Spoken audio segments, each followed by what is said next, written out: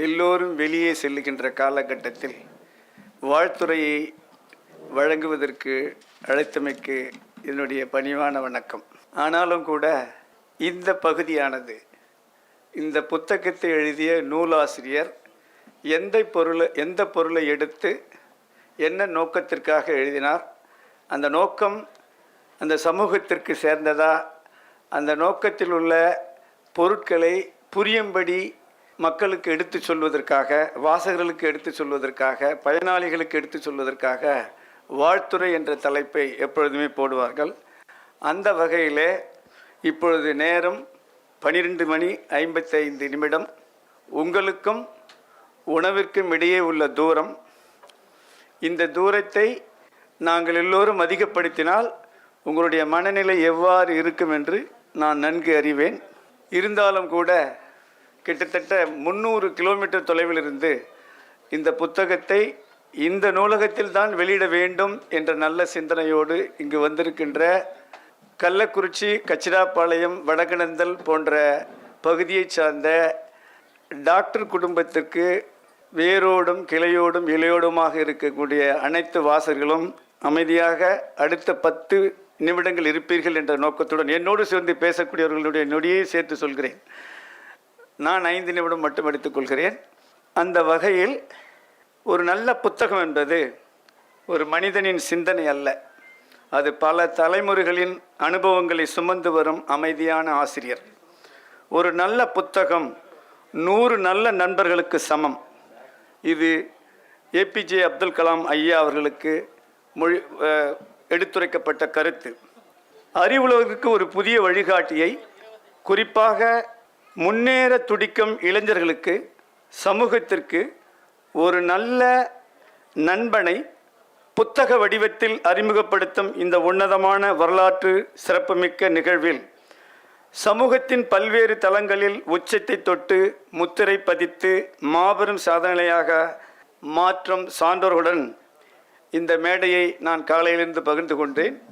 அவ்வாறான சான்றோர்கள் அனைத்தும் பேசி முடித்த பிறகு வழக்கறிஞர் சகோதரர் பாலு அவர்கள், மதிவாணன் அவர்கள், ஏனைய வாழ்த்துறை வழங்குவர்கள் இந்த மேடையில் அமர்ந்திருக்கிறார்கள். என்னுடைய பணியானது, நானும் வழக்கறிஞர் பாலு அவர்கள் கூறும்பொழுது இந்த நிகழ்வானது என்னுடைய குடும்பத்தின் நிகழ்வு. டாக்டர் மகுடமுடியானவர் என் குடும்பத்தை சார்ந்தவர். பல காலகட்டங்களில் பல்வேறு சூழ்நிலைகளில் எல்லா பிரச்சனைகளுக்கும் எல்லா ஆறுதல்களுக்கும் முன்னிலையில் நிற்கக்கூடியவர். அதை போலவே எனக்கும் பல சூழ்நிலைகளில், பல சந்தர்ப்பங்களில், பல வழிகளில் கடந்த 20 ஆண்டு காலமாக உயர்கல்வித்துறை சம்பந்தப்பட்ட விஷயங்களில் அவரும் நானும் பேசாத நாட்கள் இல்லை. அவர் குடும்பமும் நானும், என் குடும்பமும் அவரும் பல சூழ்நிலைகளில், பல சந்தர்ப்பங்களில் ஒன்றோடு ஒன்று இணைந்து அவருடைய வளர்ச்சி, என்னுடைய வளர்ச்சி இன்னுமே ஒரு மகிழ்ச்சியான தருணத்தில் சென்று கொண்டிருக்கின்ற பொழுதுதான் அவருடைய தனி ஆர்வம், சமூக சிந்தனை, மற்றவர்களுக்கு உதவி செய்யும் பாங்கு, இதையெல்லாம் நான் கண்கூடாக காத்தேன். இந்த நூலை வெளியிட்டு சென்றிருக்கின்ற மத்திய மாநிலத்தினுடைய கல்வி அமைச்சர் திரு ராஜ்மோகன், பெற்றிருக்கின்ற வீட்டு வசதி வாரியத்தினுடைய சேர்மன் சிவா, லயோலா மணி அவர்கள், வாழ்த்துறை வாழ்ந்துவதற்காக என் பின்னால் இருக்கின்ற சக வாசிப்பாளர்கள், சகோதரி ராஜேஸ்வரி அவர்கள் அனைவருக்கும் என்னுடைய முதலில் பணிவு கலந்த வணக்கத்தை தெரிவித்துக் கொண்டு, இந்த நூலுடைய கதாநாயகனாக இங்கு அமர்ந்திருக்கின்ற மருத்துவர் மகுடமுடி அவர்கள் இந்த புத்தகத்தை சகோதரி ராஜேஸ்வரி சொன்னபடி ஒரு நான் புகழ்வாய்ந்த சென்னை பல்கலைக்கழகத்திலே வகுப்பறையில் பாடம் நடத்தக்கூடிய தன்மை எனக்கு இருக்கும். ஆனால் இது போன்ற பொது அரங்கில், பொது மேடைகளில் சகோதரர் பாலுவை போல், சகோதரர் மந்திரி ராஜ்மோகனை போல், சகோதரி ராஜேஸ்வரி போல் வீரியமிக்கு ஒரு உரையை என்னால் ஆற்ற முடியாது. என்னால் எங்களுக்கு ஒரு குறிப்பிட்ட வரைமுறை இருக்கிறது. அந்த வகையிலே புத்தகத்துடைய கருவை மட்டும் உங்களுக்கு ஒரு சில வாக்கியங்களில் சொல்லி என்னுடைய மகிழ்ச்சியை வெளிப்படுத்துகின்ற இந்த நேரத்தில், இந்த புத்தகமானது புத்தகங்கள் இல்லாத வீடு, ஜன்னல்கள் இல்லாத அறையை போன்றது என்பார்கள். புத்தகம் என்பது காகிதங்களின் தொகுப்போ அல்லது மைத்துளிகளின் கூட்டமும் அல்ல. அது ஒரு மனிதனின் பல வருட உழைப்பு, சிந்தனை மற்றும் அனுபவத்தின் பொக்கிஷம். நீங்கள் இந்த புத்தகத்தினுடைய முதல் பேஜில் பார்த்தீங்கன்னா வாழ்த்துறை என்று இருக்கும். அந்த வாழ்த்துறையில் இந்த புத்தகத்தை அனைத்தையும் படித்து என்னுடைய வாழ்த்துறையை அதில் பதிவு செய்திருக்கிறேன். அதுவே என்னுடைய கருத்து. இருந்தாலும் கூட நூலாசிரியர் ஐயா மகுடிமுடி அவர்கள் கல்வியாளர், கல்வியை பெறும் ஆர்கேஎஸ் சண்முகம் கல்வி அறக்கட்டளை குழுமத்தினுடைய தலைவராக இருக்கிறார். அவ்வாறு இருக்கும்பொழுது அவர்கள் மாணவர்களின் அதிகமான தொடர்பை ஏற்படுத்தும் பொழுது மாணவருடைய சிந்தனை என்ன, தேவை என்ன என்பதை அவரால் அறிய முடிகிறது. அவ்வாறு அறிந்த பின்பு மருத்துவத்தை தாண்டி, கல்வி தாளாளர் என்ற நிலையை தாண்டி மாணவர் சமூகத்திற்கு ஏதாவது செய்ய வேண்டும் என்ற உயர்ந்த சிந்தனையோடு இந்த புத்தகத்தை அன்புடன் அழைக்கிறது அறிவாசனம் என்ற தலைப்பில் 22 அத்தியாயங்களை ஒரு பொக்கிஷமாக இந்த சமூகத்திற்கு, இளைஞர்களுக்கு, மாணவர்களுக்கு அளித்திருக்கிறார். சகோதரர் பாலு சொல்லியது போல் இந்த புத்தகமானது ஒரு ஆசிரியரின் பார்வையில், ஒரு பெற்றோரின் பார்வையில், ஒரு சக மனிதன் சமூகத்தின் மீது உள்ள அக்கறையின் பார்வையில் எவ்வாறு ஒரு வளமான சமூகத்தை உருவாக்க முடியும் என்ற கருத்தின் அடிப்படையில் 22 அத்தியாயங்களாக எழுதப்பட்டுள்ளது. நான் இந்த புத்தகத்தை ஒரு சிறந்த ஆராய்ச்சியாளன், வேதியிலே நான் பல நூல்களை எழுதியிருக்கின்றேன், பல புத்தகங்களை எழுதியிருக்கிறேன். 22 தலைப்புகளும் இக்கால இளைஞர்கள் கண்டிப்பாக கற்க வேண்டிய வாழ்வியல் பாடங்கள். இன்று வெளியாக உள்ள இந்த நூலின் தன்மை பல கருத்துக்களை உள்ளடக்கிய களஞ்சியமாக நான் பார்க்கின்றேன். அந்த வகையில் இக்கால சூழ்நிலையில் பல நிலைகளிலும் வளர்ந்து தன்னிறைவு பெற்ற பெரியோர்கள் மற்றும் சான்றோர்கள் உண்டோம், உறங்கினோம், எழுந்தோம் என்றில்லாமல் தன்னாலான உழைப்பை, உதவியை தான் வளர்ந்த தன்னோடு வாழும் சக தனி மனிதன் வளர்ச்சிக்கு, சமூகத்திற்கும் அளிக்க வேண்டும் என்ற உயர்ந்த பொதுநோக்கு சிந்தனையுடைய மனிதர்களின் எண்ணிக்கை இக்காலங்களில் குறைவாக இருக்கிறது. ஆகவே அந்த குறைவான எண்ணிக்கையில் ஒரு மனிதராக நான் இந்த நூலாசிரியர் பார்க்கின்றேன். தான் மட்டும் வளர்ந்தால் போதாது, தன் குடும்பம் மட்டும் வளர்ந்தால் போதாது, தன்னை சுற்றி எல்லோரும் அறிவோடும் ஆரோக்கியத்தோடும் பசியின்றி வாழ வேண்டும், சமூகத்திற்கு தன்னாலான பங்களிப்பை அளிக்க வேண்டும் என்ற உயர்ந்த சிந்தனை இந்த புத்தகத்தின் பிரதிபலிக்கிறது. வறுமைமிக்க சூழலில் ஆரம்ப காலம் இருந்தாலும் தன் கடின உழைப்பாலும் தளராத முயற்சியாலும் தன்னையும் உயர்த்தி தன்னுடன் இருக்கின்ற சமூகத்தையும் உயர்த்த வேண்டும் என்ற சீரிய எண்ணத்துடன் இப்பொழுது அசை போட்டு கொண்டிருக்கின்ற மருத்துவர், இவரின் எழுத்து வீழ்ச்சி இயற்கையிலேயே வீரியமிக்கதாக அமைந்துள்ளது.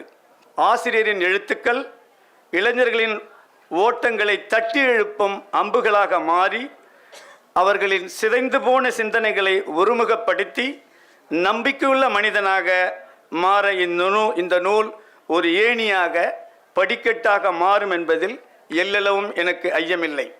அதே வேளையில் நூலாசிரியர் பொதுவாக புத்தகம் படிப்பதில் அதிகம் ஆர்வம் கொண்டவர், மனநிலையை கொண்டவர். ஒழுக்கம், உழைப்பு, தன்னம்பிக்கை உடைய வந்த அறிவார்ந்த இளைஞர்கள் சமூகத்தை உருவாக்க கட்டியமைக்கப்பட்ட இந்த நூல் இவரின் இந்த புத்தகத்தில் எழுதப்பட்ட 22 அத்தியாயங்களின் கதைகளாக படிக்கும் பொழுது இளைஞர்களின் உந்து சக்தியாக இந்த நூல் இருக்க வேண்டும் என்ற நோக்கத்தோடு எழுதப்பட்டிருக்கிறது.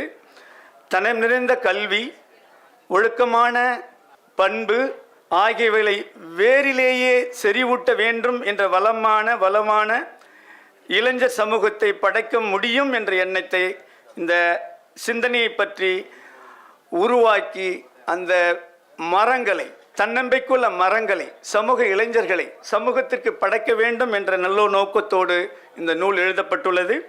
நூலாசிரியர் தலைசிறந்த இதய நோய் நிபுணர், மருத்துவர், கல்வியாளர், எழுத்தாளர், பேச்சாளர், ஓவியர், இப்படி பல பரிமாணங்களில் வாழும் ஒரு சமூக அக்கறை உள்ள இவர்தான் எழுத்தை தன்னம்பிக்கை உள்ள சமூகத்தை உருவாக்கலாம் என்ற கருவியாக மாற்றியமைக்கிறார்.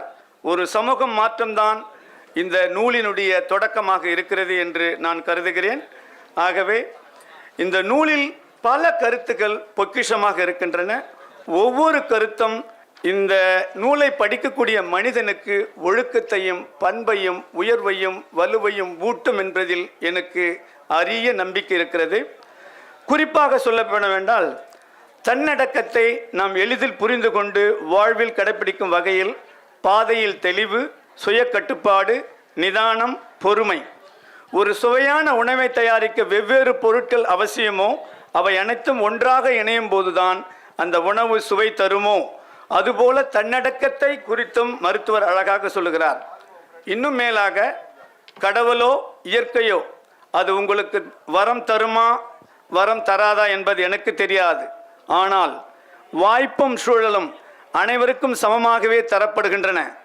அவற்றுள் கிடைக்கும் வாய்ப்பை வரமாக ஏற்று வாழ்க்கையை வளமாக்கிக் கொள்வதும் விரயமாக்கி வீணடிப்பதும் உங்கள் கையில்தான் என்று இக்கால இளைஞர்களுக்கு அடிக்கோடிட்டு ஒரு பேராசிரியர் 30 ஆண்டு காலம் பெரிய பெரிய பல்கலைக்கழகங்களில் தன்னம்பிக்கையை வளர்க்கக்கூடிய பேராசிரியர்கள், தத்துவங்களை சொல்லக்கூடிய பேராசிரியர்கள் எவ்வாறு தன்னுடைய மாணவர்களை உருவாக்குவார்களோ அதையும் தாண்டி ஒரு மருத்துவர், ஒரு கல்வியாளர் என்ற போர்வையில் ஆழமான கருத்துக்களை வளர்கின்ற சமுதாயத்திற்கு, வளர்கின்ற இளைஞர்களுக்கு படிக்கல்லாக ஏணியாக செதுக்கி உள்ளார்.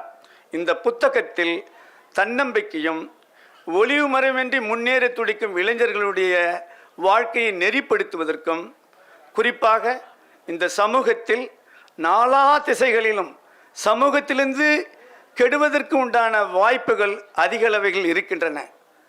அந்த கெடுதலை எல்லாம் தள்ளி நல்ல சிந்தனையோடு, ஒழுக்கத்தோடு, பண்போடு, தன்னம்பிக்கையோடு, அறிவோடு, ஆற்றலோடு எப்படி தன்னுடைய வாழ்க்கையை கட்டமைத்து கொள்ள வேண்டும், கட்டமைத்து தானும் வளர்ந்து சமூகமும் வளர்ந்து தன் குடும்பமும் வளர்ந்து இந்த நாட்டிலே ஒரு தலை சிறந்த குடிமகனாக வாழ வேண்டும் என்ற உயர்ந்த நோக்கத்தோடு இந்த புத்தகம் 28 அத்தியாயங்களில் பல பகுதிகளாக பிரிக்கப்பட்டு எழுதப்பட்டுள்ளன.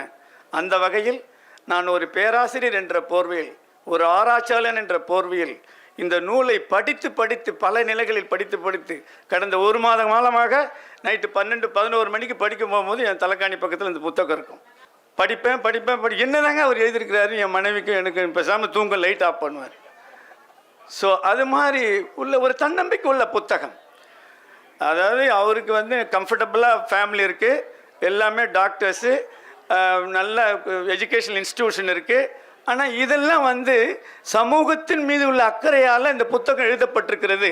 இப்படி உள்ள சிந்தனையாளர்கள் ரொம்ப ரொம்ப கம்மி. ஆகவே தான் பிஸியான எஜுகேஷன் மினிஸ்டர், பிஸியான அட்வொகேட்ஸு எல்லாருமே நீங்கள்லாம் அவருடைய செயலுக்கு ஊக்கம் அளிச்சிருக்கீங்க. உங்களுடைய ஊக்கமும் ஆக்கமும் தொடர்ந்து அவருக்கு அளிக்கணும். இந்த புத்தகத்தை எழுதுவதற்கு அவருக்கு எப்பொழுதும் துணையாக இருந்த சகோதரி மருத்துவர் நளினி, அவருடைய மகன் பாலா மற்றும் அந்த மகள் அனைவருக்கும் எப்பொழுதும் நாம் எழுந்து நின்று நம்முடைய கரவோலியை பதிவு செய்து மேலும் நூல்களை வழங்குமாறு வாழ்த்தி வணங்கி விடைபெறுகிறேன். நன்றி, வணக்கம். இந்த வீடியோ உங்களுக்கு பிடிச்சிருந்தா லைக் பண்ணுங்க, ஷேர் பண்ணுங்க, கமெண்ட் பண்ணுங்க.